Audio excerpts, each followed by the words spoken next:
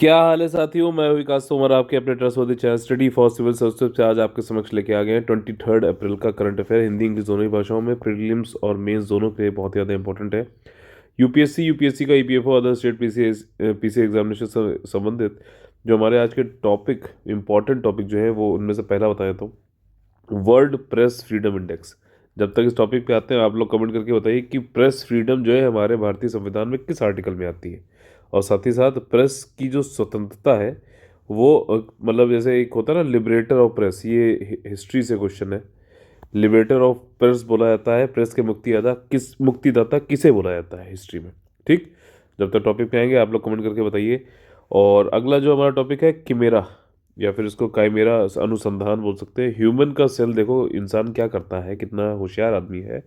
Human की जो मानव की जो कोशिकाएं हैं वो बंदर के भूड़ में डाल दी हैं। ठीक, मंकी के एम्ब्रियो बना दी है, डाल दी है। और दो लोगों के मतलब एक ह्यूमन और मंकी अगर अलग है तो इन दोनों का मिला के एक जो है एक अलग से ही कोई जानवर बन सकता है अगर इसको प्लेस कर दिया जाए। बट ये इसका उद्देश्य नहीं है, लेकिन जो नैतिकता के आधार पे कई सारे लोग क्रिटिसाइज कर रहे हैं। ठीक, अगला जो हमारा टॉपिक है वो ये है कि global youth mobilisation local solution campaign. ठीक, यूथ को मोबिलाइज करना है कोविड के टाइम पे, जो उनका साथ में दिक्कत हुई है उससे उसको जो है बाहर निकालना है और लोकल सोल्यूशन करना है। ये कैंपेन है global youth mobilisation local solution campaign. अगला जो हमारा टॉपिक है वो ये है, रशिया ने कहा है कि भैया हम अपना ओन स्पेस स्टेशन जो है लॉन्च कर देंगे 2025 तक। ठीक, देखो वैसे तो रशिया और यूएसए के बीच में काफ़ी लड़ाई चलती रहती है, लेकिन जो इंटरनेशनल स्पेस स्टेशन है वहाँ पे इन दोनों की बहुत बनती है।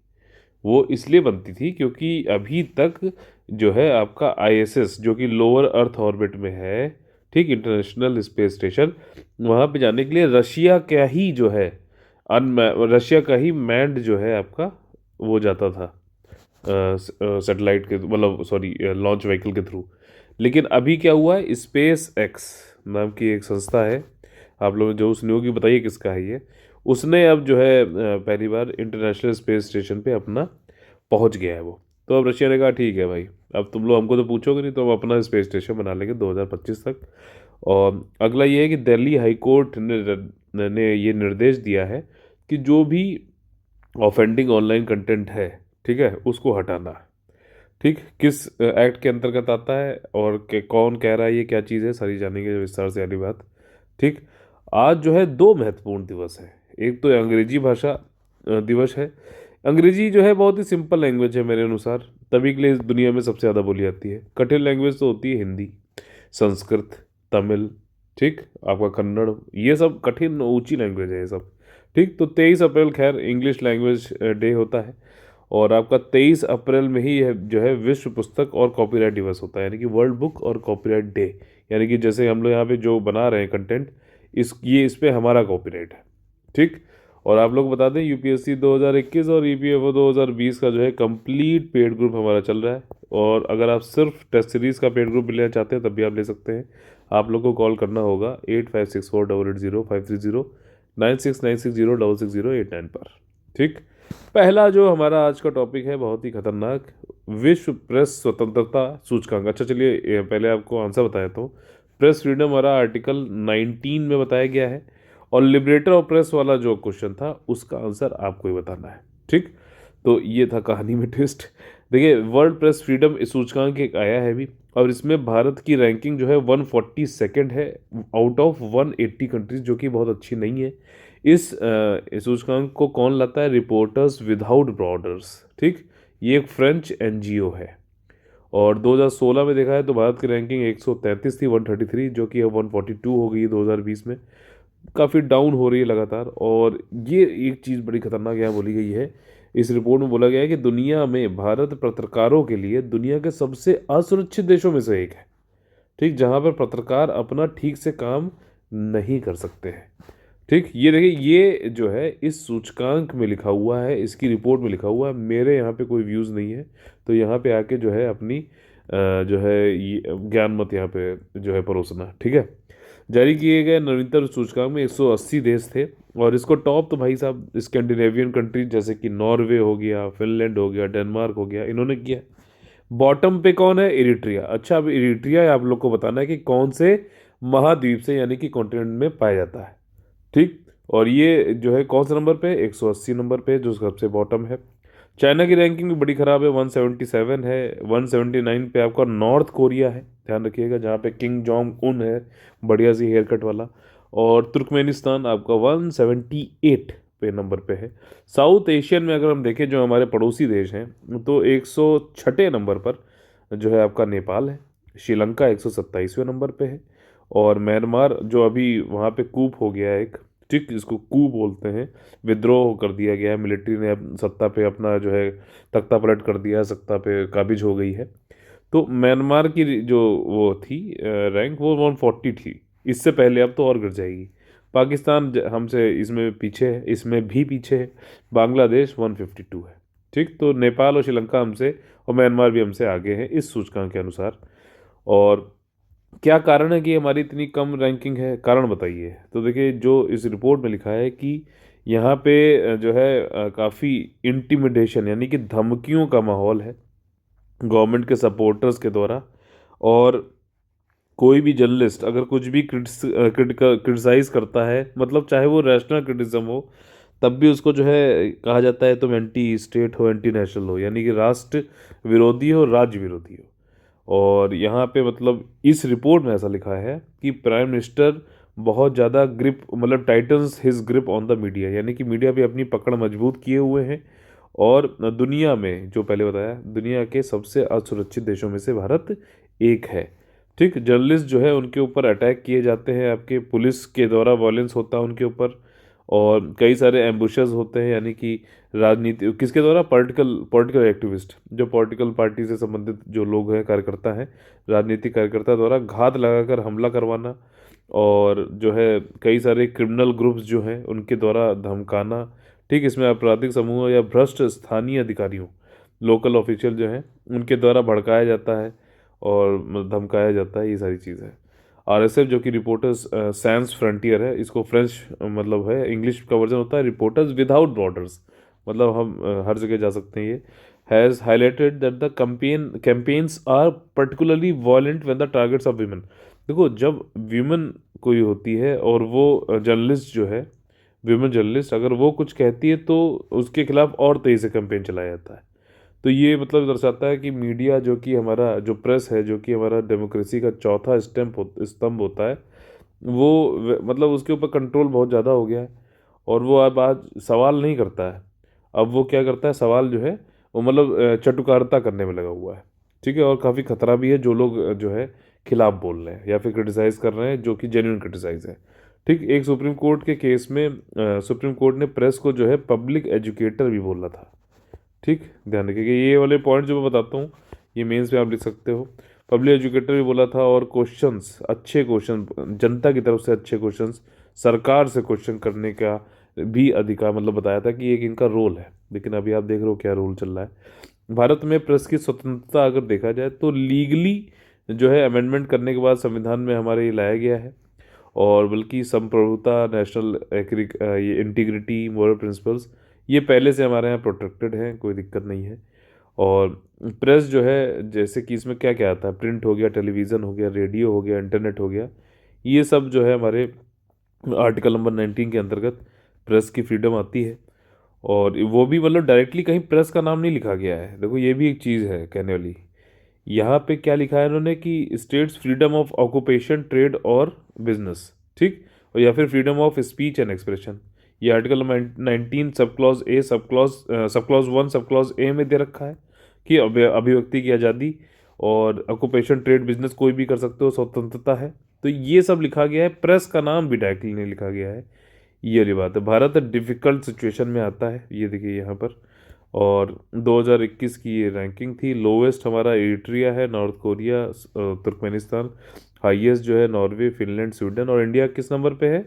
41 42 पर। ठीक, समझ में आया? इससे रिलेटेड जो क्वेश्चन लिबरेटर ऑफ प्रेस वाला मैंने पूछा हिस्ट्री का, जरूर आंसर करिए उसका।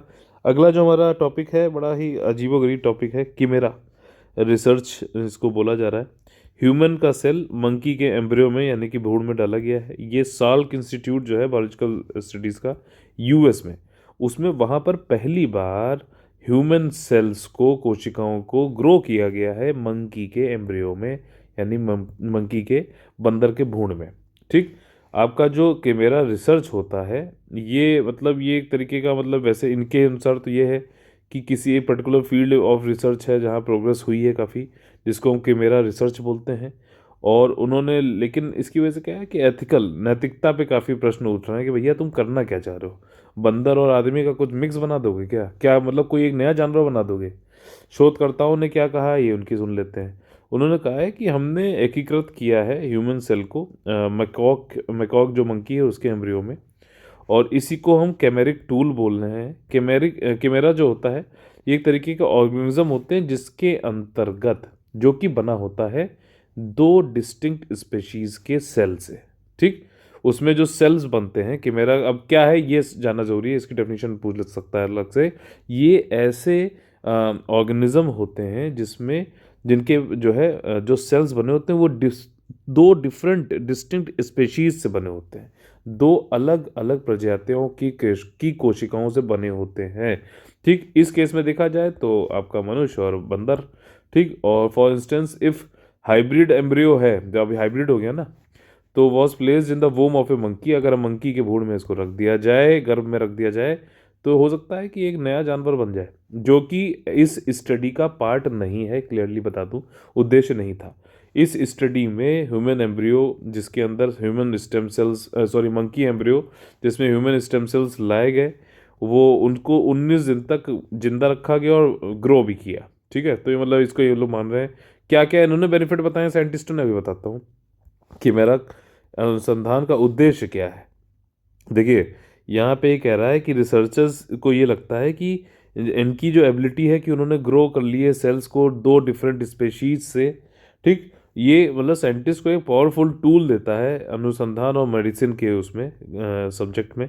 और इसमें ये कहता है कि हमारी जो अभी की अंडरस्टैंडिंग है कि किस तरीके से मनुष्यों का विकास हुआ, कैसे हमारे यहाँ डिजीजेज आती हैं, बढ़ती हैं, और कैसे हम बूढ़े हो रहे हैं, इन सब में काफ़ी हम रिसर्च मतलब करके और इन सब चीज़ों को रोक सकते हैं, मानवीय विकास में और ज़्यादा अच्छा कर सकते हैं। ये तो कहना है साइंटिस्टों का। और क्या बोला है शोध में इन्होंने ये कहा है से ड्रग मूल्यांकन। ठीक। ड्रग इवेल्युएशन की कौन सी ड्रग कितनी जो है फ़ायदेमंद होगी, कितनी प्रभावशाली होगी, और इसके जरिए जो है हम ऑर्गन ट्रांसप्लांटेशन जो होता है, अंग प्रत्यारोपण, उसमें भी हमको मदद मिलेगी। क्यों? क्योंकि बंदर के भ्रूण में डाल के ह्यूमन का ऑर्गन बना लेंगे, इनको ऐसा लग रहा है। ठीक। तो लेकिन एक चीज़ ये भी तो है यार, बंदर से लोग या तो छुपा लेंगे भाई, नहीं तो वो कहेंगे कि यार कि हम क्यों बताएं कि बंदर वाला जो ऑर्गन है हमने वो अपने मतलब लगवाया, हालांकि बनेगा वो ह्यूमन जैसा ही।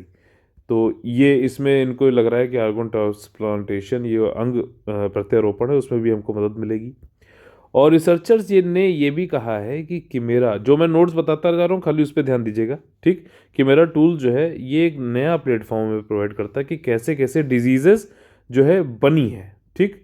कैसे कैसे जो है शोध किया गया है, कैसे कुछ बीमारियों का अध्ययन हुआ है। ठीक। अध्ययन कर सकते हैं, ये चीज़ है। एथिकल कंसर्न यहाँ पर यही है कि भाई रेयर हाइब्रिड एनिमल जो है अभी जो हमारे यहाँ मौजूद हैं, कई सारे हैं, जैसे खच्चर होता है। ठीक है।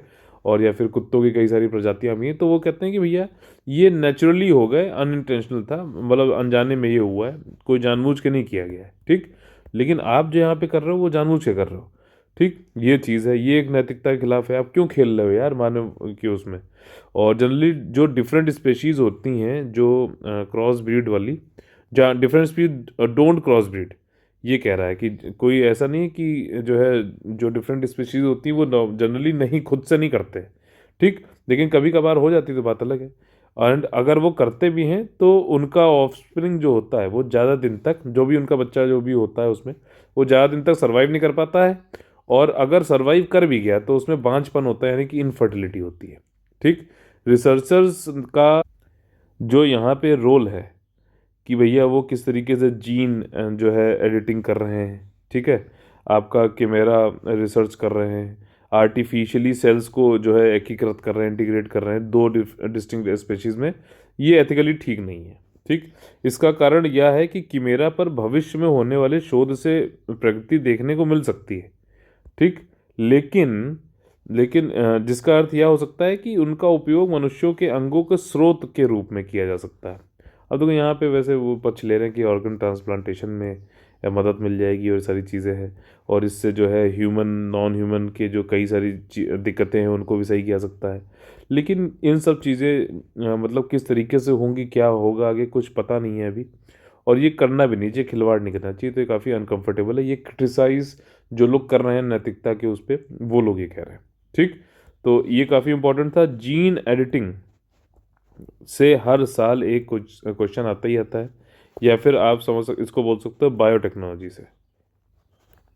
ठीक, बायोलॉजी की जो 12th वाली बुक है उसमें बायोटेक्नोलॉजी दे रखा है, एक बार पढ़ लीजिएगा। बायोटेक्नोलॉजी से जो भी आती है न्यूज़ उनको जरूर करिए, इंपॉर्टेंट है काफ़ी। अगला जो हमारा टॉपिक है काफ़ी इजी और काफ़ी सिंपल सा, ग्लोबल यूथ मोबिलाइजेशन हो रहा है, लोकल सोल्यूशन कैंपेन चला जाएगा। आप देखिए, यूनाइटेड नेशन की एजेंसियां जो है और यूथ ऑर्गेनाइजेशन, ठीक है ना, जो युवा संगठन है दुनिया के, संयुक्त राष्ट्र की एजेंसियां, ये दोनों लोग मिलकर क्या कर रहे हैं कि एक ऐसा कैंपेन चलाएंगे, यूनिक कैंपेन होगा जिसमें कि दुनिया के यूथ होंगे और वो अपनी लाइफ जो कि जिन पे की प्रभाव पड़ा है, ठीक, नेगेटिव प्रभाव पड़ा है कोविड-19 पेंडेमिक की वजह से, फिर उनको जो है सुधार करेंगे अपनी ज़िंदगी में, ये चीज़ है। ठीक है, और इसमें कौन कौन, टेड्रोस अधनोम गेब्रेयेसस, ये जो है डब्ल्यू के डायरेक्टर जनरल हैं। अच्छा, डब्ल्यू को आप लोगों ने कभी वो ब्लू से वाला जो है वो लोगो देखा है क्या?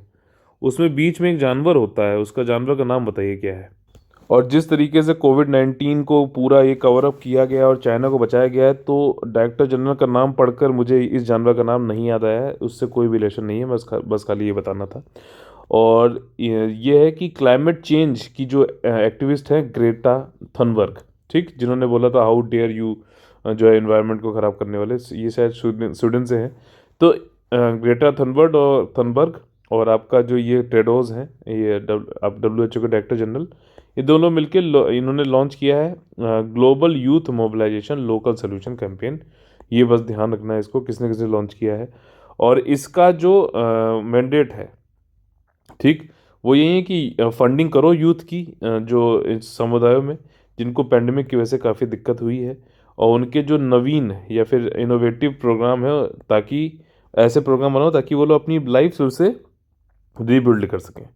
इसको सपोर्ट किया है वर्ल्ड के यूथ जो ऑर्गेनाइजेशन है, जिनका नाम यहाँ पे बता देता हूँ। आप लोगों ने YMCA सुना होगा, YWCA सुना होगा, young mains Christian association, young women Christian association, scout आप लोगों ने सुना होगा, स्काउट गाइड जैसे बोलते थे, वो है इसमें।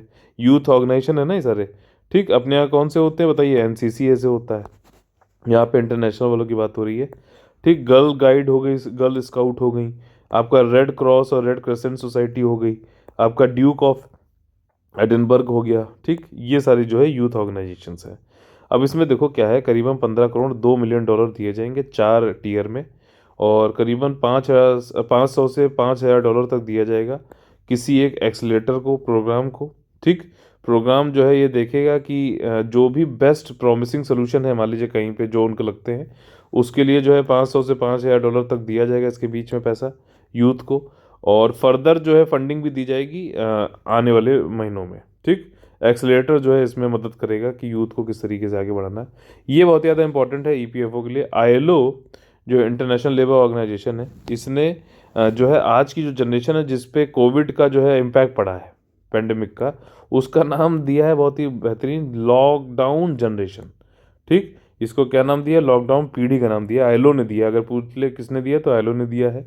और ILO के अनुसार अगर देखा जाए तो इनके अनुसार ये एस्टिमेट लगाया जा रहा है कि 90% युवाओं में महामारी के दौरान मानसिक चिंता चिंता में मतलब एंजाइटी बढ़ी है।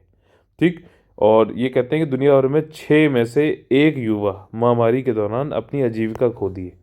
तो 16.66 जो है आपका प्रतिशत लोगों ने अपना पैंडेमिक की वजह से, जो युवा है उसने अपनी जो है नौकरी खो दी है। और ये कहते हैं कि मानसिक जो है वो बहुत ज़्यादा मेंटल हेल्थ बिगड़ रही है, एनजाइटी रहती है, लोगों को डिप्रेशन होता है। अच्छा, इसका महत्व क्या है इस वाले जो कैंपेन का? ये जो है लोकल सोल्यूशन जो आपके हैं, अभिनव स्थानीय समाधान है, उनको बढ़ावा देगा, कोविड से निपटने में आसानी कराएगा। जो युवा है उसको ऐसा नहीं होना चाहिए कि वो निरंकुश हो जाए, वो भी उनके अंदर एक होप, उम्मीद जो है ये सब बनी रहनी चाहिए। इसके लिए ग्लोबल यूथ मोबिलाइजेशन है। और इसमें जो है it is slated as unique funds for youth in communities impacted by. ये मतलब एक प्रभावित समुदायों में युवाओं के अद्वितीय कोष बनाया गया है।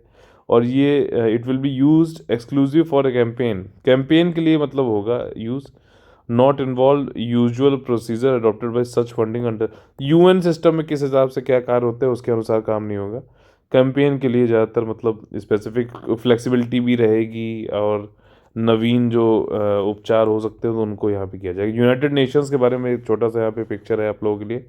ये एक अंतर सरकारी जो है संगठन है और इसका एम जो है, ध्यान में सुनना, दुनिया में क्या है, पीस और सिक्योरिटी को बढ़ावा देना है, डेवलप करना है फ्रेंडली रिलेशन नेशंस के बीच में, ठीक, सब लोग दोस्ताना तरीके से रहें। और आपका अंतर्राष्ट्रीय जो है कोऑपरेशन जो है सहयोग को बढ़ावा देना है। एंड बी एक सेंटर फॉर हार्मोनाइजेशन, हार्मोनाइजिंग मतलब सबका जो है जो भी एक्शन है वो हार्मोनाइजिंग तरीके से हो, मतलब जैसे क्लाइमेट चेंज है तो सब लोग मिलजुल के काम करें, ये वाली चीज़ है, ठीक। इनका इसका हेडक्वार्टर न्यूयॉर्क में है। कब फाउंड हुआ गया था? 24 अक्टूबर को 1945 में San Francisco California United States में। अभी इसके सेक्रेटरी जनरल यूएन के कौन है? Antonio Guterres. और इसके जो फाउंडर हैं उसमें इंडिया भी फाउंडर मेंबर रहा है। और सब्सिडरी जो है वर्ल्ड हेल्थ ऑर्गेनाइजेशन है। नोबेल पीस प्राइज से भी इसको नवाजा जा चुका है, ठीक।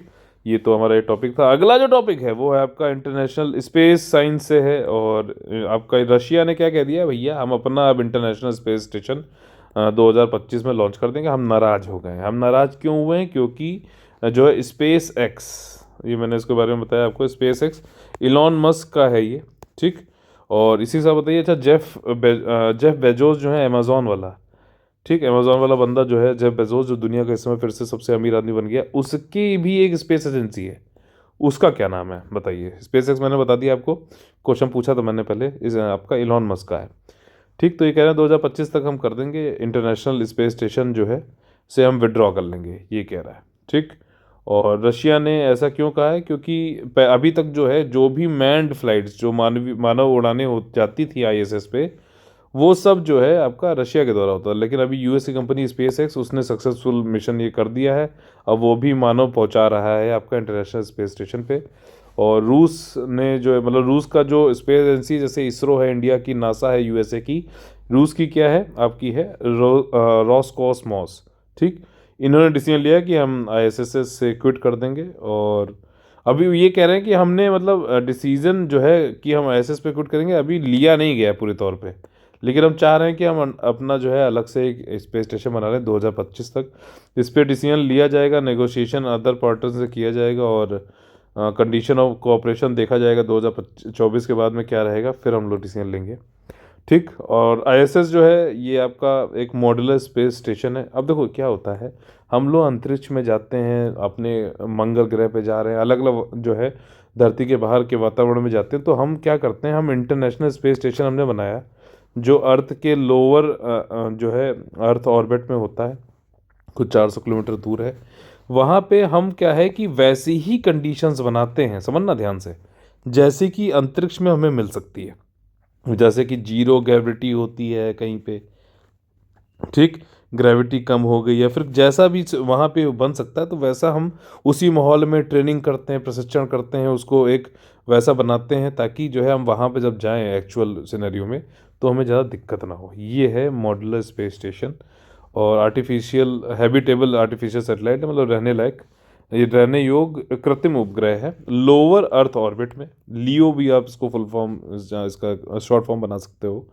और ये मल्टीनेशनल कोलैबोरेटिव प्रोजेक्ट था। इसमें 5 जो है स्पेस एजेंसी काम करती हैं, ध्यान रखना, इसमें इसरो नहीं है इंडिया वाली, NASA United States, Roscosmos Russia, JAXA Japan, European Space Agency Europe और कनाडा, ठीक। इसमें चाइना भी नहीं है, फ्रांस भी नहीं है, ध्यान रखना, ठीक। रशिया है, यूएसए है, जापान है, यूरोपियन स्पेस एजेंसी है और सीएसए है कनाडा का। इसको लॉन्च किया गया था 1998 में।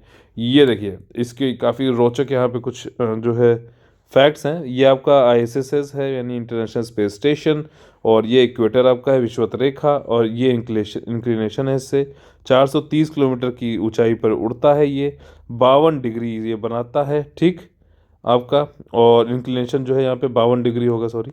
और ये इसकी स्पीड समझ रहे हो 7.7 किलोमीटर प्रति सेकेंड है। और ये आपका कैनेडी स्पेस स्टेशन है, सेंटर है फ्लोरिडा में। और जो है यहाँ पे फ्रेंच गयाना में कौन सा है बताइए, फ्रेंच गयाना में कौन सा है, गयाना में, ठीक। तो ये वाली चीज़ है। और इसकी ओनरशिप जो है and use of space station वो इस्टेब्लिश किया जाता है, कई सारी संधियां हैं, समझौते हैं उसके अनुसार। और स्टेशन जो है एक तरीके से माइक्रो ग्रेविटी कैसी होती है, स्पेस का, अंतरिक्ष का कैसा जो है वातावरण हो सकता है, रिसर्च हम लेबोरेटरी होती है ये। और यहाँ पे कई सारे जो है साइंटिफिक रिसर्च कंडक्ट किए जाते हैं, शोध किए जाते हैं, जैसे कि एस्ट्रोबोलॉजी, वहाँ पेड़ वेड़ कैसे हम उगा सकते हैं, एस्ट्रोनॉमी, खगोल शास्त्र, आपका जो है मौसम विभाग, metrology, physics, other fields. ISS जो है अपना 15 देखो इतनी बार जो अर्थ का एक चक्कर काटता है आईएसएस सिर्फ 93 मिनट में, 93 मिनट्स में, ठीक है। और मतलब 1.5 घंटे के आसपास। और पूरी जो है दिन में 15.5 बार जो है ऑर्बिट कर लेता है। तो ये क्वेश्चन फैक्ट है, लेकिन इनसे क्वेश्चन बन सकते हैं। वहाँ पे मान लीजिए ऐसे बोल देगा कि जो है ये सिर्फ 2 बार करता है या फिर 30 बार करता है, इतना डिस्टिंग कर देगा कि आपने एक बार पढ़ा होगा तो आपको फिगर याद करने की जरूरत नहीं। ये मैं बता रहा हूँ यूपीएससी के लिए, ठीक। 93 मिनट याद रखिए, ये जरूरी है। अगला जो हमारा इंपॉर्टेंट टॉपिक है वो है दिल्ली उच्च न्यायालय का इंटरनेट से अपमानजनक सामग्री को हटाने हेतु दिशा निर्देश इन्होंने दे दिए हैं। और बड़ी अच्छी लाइन यूज़ करी है यार इन्होंने यहाँ पर कि इंटरनेट कभी सोता नहीं और इंटरनेट से कभी भूलता नहीं, ठीक। Internet never स्लीप्स and the internet never forgets, ये दिल्ली हाई कोर्ट में जज ने बोला है। और उन्होंने कहा है कि उन्होंने कई सारे डायरेक्शन निर्देश दिए हैं कि जो भी ऑफेंडिंग, आप समझ रहे हो कैसे ऑफेंडिंग वाले होंगे, और क्या भद्दी बात यहाँ पे करी गई है अभी बताता हूँ। इसमें कह रहे हैं कि उन्होंने डायरेक्शन दिए, दिशा निर्देश दिए हैं कि कॉम्प्लिकेशन हटाओ, जो भी उल्टा सीधा ऑफेंडिंग कंटेंट है, अपमानजनक सामग्री है, उस जैसे कि फोटोग्राफ हो गई, वीडियो हो गई, कौन सी वेबसाइट से, पोर्नोग्राफिक वेबसाइट से, उनसे हटाने के लिए दिशा निर्देश दिए हैं। अब ये केस क्या था कि एक वीमन थी, वो अब उसने अपने मतलब बिल्कुल ठीक ठाक जो है फोटोज़ फेसबुक, मतलब अपमानजनक फ़ोटोज़ नहीं थे, फेसबुक पे और इंस्टाग्राम अकाउंट पे लगाए, वहाँ से किसी बेवकूफ़ ने उठाए फ़ोटोज़ और उसको पोर्नोग्राफिक जो है वाली वेबसाइट है उन पर डाल दिया बिना उनके उनका कंसेंट लिए। और उस पर कुछ जो है भद्दी जो है लैंग्वेज कैप्शन लगा दिए कि ठीक है। तो ये सारी चीज़ें, इसलिए महिला पहुंच गई थी हाई कोर्ट में। इसने महिला ने ये भी बताया कि मैंने कंप्लेंट भी करी थी national cyber crime reporting portal पर, ठीक। ये किस मिनिस्ट्री के अंतर्गत आता है आप लोग कमेंट करके बताना है। National cyber crime reporting portal पे कंप्लेंट भी की थी, पुलिस के पास भी गई थी, लेकिन उसने कहा कुछ भी नहीं हो पाया, ठीक। तो हाई कोर्ट ने अभी डायरेक्शन दिए हैं। क्या डायरेक्शन है उसमें देखिए, कोर्ट ने कहा है कि वेबसाइट है या ऑनलाइन प्लेटफॉर्म है उस पर अगर आपत्तिजनक सामग्री प्रदर्शित की जा रही है तो उसको हटाना होगा तत्काल। इस तरह की सामग्री को हटाने हेतु निर्देश दिए हैं। उन्होंने ये कहा है कि भैया 24 घंटे के अंतर्गत जो भी प्लेटफॉर्म है जिसपे कि ये आपत्तिजनक डाला गया है उनको 24 घंटे के अंतर्गत, जब भी कोर्ट ऑर्डर हो उसके बाद 24 घंटे के अंतर्गत आपको ये कंटेंट हटाना पड़ेगा मेरे भाई। बदतमीजी चलेगी नहीं, समझ में आई। और बदतमीजी अगर चली तो यार हमें इन सबको जो है वो करना चाहिए, बाइकआउट करना चाहिए फालतू चीज़ों को। इसमें मैं बता रहा हूँ सिर्फ इसी एक वीमन की बात नहीं है। और ये भी नहीं सोचना है कि यार ये तो इनके साथ हुआ हमें क्या, ये किसी के साथ भी हो सकता है और हो सकता हो भी रहा हो। ये यहाँ पे जो है इतनी आपत्तिजनक तरीके से कहीं पे भी आप लोग को अगर मिलता है कि चाइल्ड पोर्नोग्राफी चल रही, तो आप लोग इस वाले वेबसाइट पे जा सकते हैं, इसकी वेबसाइट को विजिट करिएगा। ये पोर्टल है आपका national cyber crime reporting portal, ठीक। इसमें मतलब रेप के वीडियो, फालतू फालतू वाले जितने वीडियो, जिससे कि कई लोग जो है इससे प्रेरित होते हैं और मतलब उल्टी सीधी हरकतें करते हैं हमारे समाज में, जो कि असहनीय है, मतलब उन जिनको सहन नहीं किया सकता। उच्च न्यायालय ने वेबसाइट या ऑनलाइन प्लेटफॉर्म को निर्देश जारी किए हैं कि भैया जब हम तुमसे ये कह रहे हैं कि ये तुम मतलब वहाँ से सामग्री तो हटा दो आपत्तिजनक वाली, लेकिन अपने पास 180 दिन तक रखो जो भी उसकी डिटेल्स थी, ठीक है ना, कहाँ से आया, किसने डाला, क्या चीज़ें हैं, इस सब से हम इन्वेस्टिगेशन करेंगे, जांच करेंगे और जो महानुभाव हैं उनको जो है उनकी मंजिल तक पहुंचाएंगे, ठीक है। तो इस तरीके की ऑफेंडर लिस्ट भी बनानी चाहिए, पब्लिकली शेम करना चाहिए उन्हें। अगला जो हमारा टॉप जो सेक्शन है वो बहुत ही खतरनाक है, बहुत ही हमारा फेवरेट है, जिसका नाम है कौन बनेगा आईएएस पीसीएस। इसमें हम लोग सिर्फ पढ़ते ही नहीं, पढ़ के ये भी समझते हैं कि किस तरीके से क्वेश्चंस को हमें सही करना है, और इसके लिए जो ट्रिक्स और जो जो बातें हैं उनको ध्यान में रखना है, वो कौन सी हैं सब जानेंगे एलिमिनेशन मेथड का भी यूज़ करते हुए। देखिए, यूरोपीय परिषद या फिर काउंसिल ऑफ यूरोपियन यूनियन, काफ़ी बाउंसर टाइप का क्वेश्चन है। काउंसिल ऑफ यूरोपियन यूनियन, ठीक, से संबंधित कौन से स्टेटमेंट सही हैं। देखिए, ये जो काउंसिल है ये 7 में से तीसरा संस्थान है यूरोपियन यूनियन का, जो कि संधि जो है यूरोपियन यूनियन की उसमें बताई गई है, तो ये स्टेटमेंट सही है एकदम, ठीक। और ये 1984 में बनाई गई थी, इसकी स्थापना हुई थी किसकी, काउंसिल ऑफ यूरोपियन यूनियन की, नहीं 1984 में नहीं, करीबन आई थिंक 1967 में हुई थी, अभी बताता हूँ, देख के भूल जाते हैं फैक्ट। तो दूसरा स्टेटमेंट गलत है, ठीक, दूसरा स्टेटमेंट गलत गलत है, तो ये गलत, ये गलत, ये गलत, सी वाला ऑप्शन आपका हो जाएगा। और ये मतलब जॉइंटली पार्लियामेंट और काउंसिल जो है दोनों मिलके बजटरी मतलब पावर आपकी यूनियन किसकी, यूरोपियन यूनियन की मिलके बनाते हैं। मतलब जो पार्लियामेंट है, यूरोपियन पार्लियामेंट है, काउंसिल है, दोनों मिलके बजट से संबंधित जो ताकतें हैं वो यूरोपियन यूनियन की बनाते हैं। 1967 में 1967 1 जुलाई को चालू हुआ था। और ये जो फिगर है यहाँ पे ये इंपॉर्टेंट है, इसको एक बार देख सकते हैं। जो यूरोपियन कमीशन, काउंसिल और यूरोपियन पार्लियामेंट मिलके जो है ये डिसीजन लेते हैं, ठीक। ये क्या हुआ भाई, हाँ, तो अगला जो हमारा टॉपिक है वो ये है कि रेस्पॉन्ड प्रोग्राम किससे संबंधित कौन सा कथन सत्य है, ठीक। अब इसरो से देखिए ये रिलेटेड है। इसरो ने अनाउंस किया है कि ये 8 जॉइंट रिसर्च प्रोडक्ट जो है उसको सपोर्ट करेगा। और ये जो जॉइंट रिसर्च प्रोजेक्ट किसने बताए हैं, ये आपका स्पेस टेक्नोलॉजी सेल जो आईआईटी दिल्ली का है उसने बताया है अंडर रेस्पॉन्ड प्रोग्राम। ये देखो, अब ये प्रोग्राम है, इसके अंतर्गत इसरो ने कहा है कि हम सपोर्ट करेंगे 8 जॉइंट रिसर्च प्रोजेक्ट। इन प्रोजेक्ट को space technology centre IIT Delhi ने बताया है, ठीक, बोला है कि इसको प्रपोज किया है। तो ये वाला स्टेटमेंट सही है आपका, इसलिए मैंने थोड़ा इसको समझा दिया।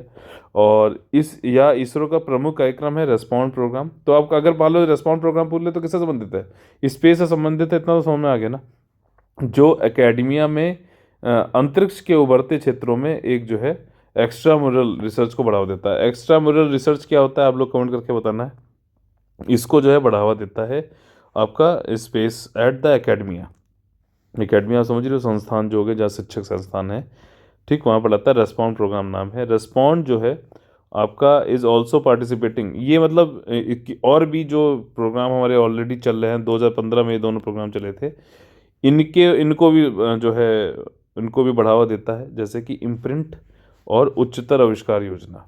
इम्प्रिंट का फुल फॉर्म है impact research innovation and technology, ठीक, इम्पैक्ट रिसर्च इनोवेशन अनुसंधान नवाचार आपका प्रौद्योगिकी।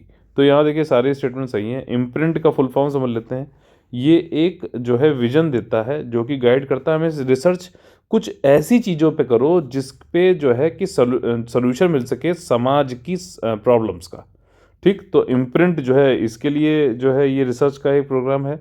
और उच्चतर आविष्कार योजना जो है आपका क्या है कि इंडस्ट्री के लिए, इंडस्ट्री जो हमारे उद्योग हैं और या फिर जो इंडियन मैन्युफैक्चरिंग है उसको जो है बेहतर बनाने के लिए, उनके जो प्रोडक्ट्स हैं वो काफ़ी कम्पिटिटिव बने, प्रतिस्पर्धी बने, उसके लिए जो इनोवेशन किया जा रहा है, रिसर्च किया जा रहा है, वो है आपका उच्चतर आविष्कार योजना। तो ये इंडस्ट्री संबंधित है। और ये इम्प्रिंट जो है सोशली रेलिवेंट जो प्रॉब्लम्स हैं उनको जो है सोल्यूशन ढूंढना है, उसके लिए रिसर्च करना है, ये इम्प्रिंट उसके लिए है, ठीक। तो इसलिए दोनों ही इंपॉर्टेंट थे। तो योजना तो मैंने बता दिया, वहाँ पूछेगा तो अब आप लोग इसको जरूर कर लोगे। और आज का इसी के साथ साथ हमारा जो है ये सेशन खत्म होता है। तो अगर आप लोग को अच्छा लगा है तो प्लीज़ लाइक शेयर सब्सक्राइब जरूर करिए। और अगर आप लोग को जो मैंने क्वेश्चन पूछे हैं वो उसके कमेंट आप लोग करते हो तो अपनी जो है आप कॉग्निटिव स्किल्स का यूज़ करते हुए आप उसकी एक्सरसाइज कर रहे हो, that is a very nice thing. और आप लोग को बता दें कि यूपीएससी और ईपीएफओ, ठीक, इनके जो है कंप्लीट पेड ग्रुप और सिर्फ टेस्ट सीरीज़ के भी पेड ग्रुप चल रहे हैं।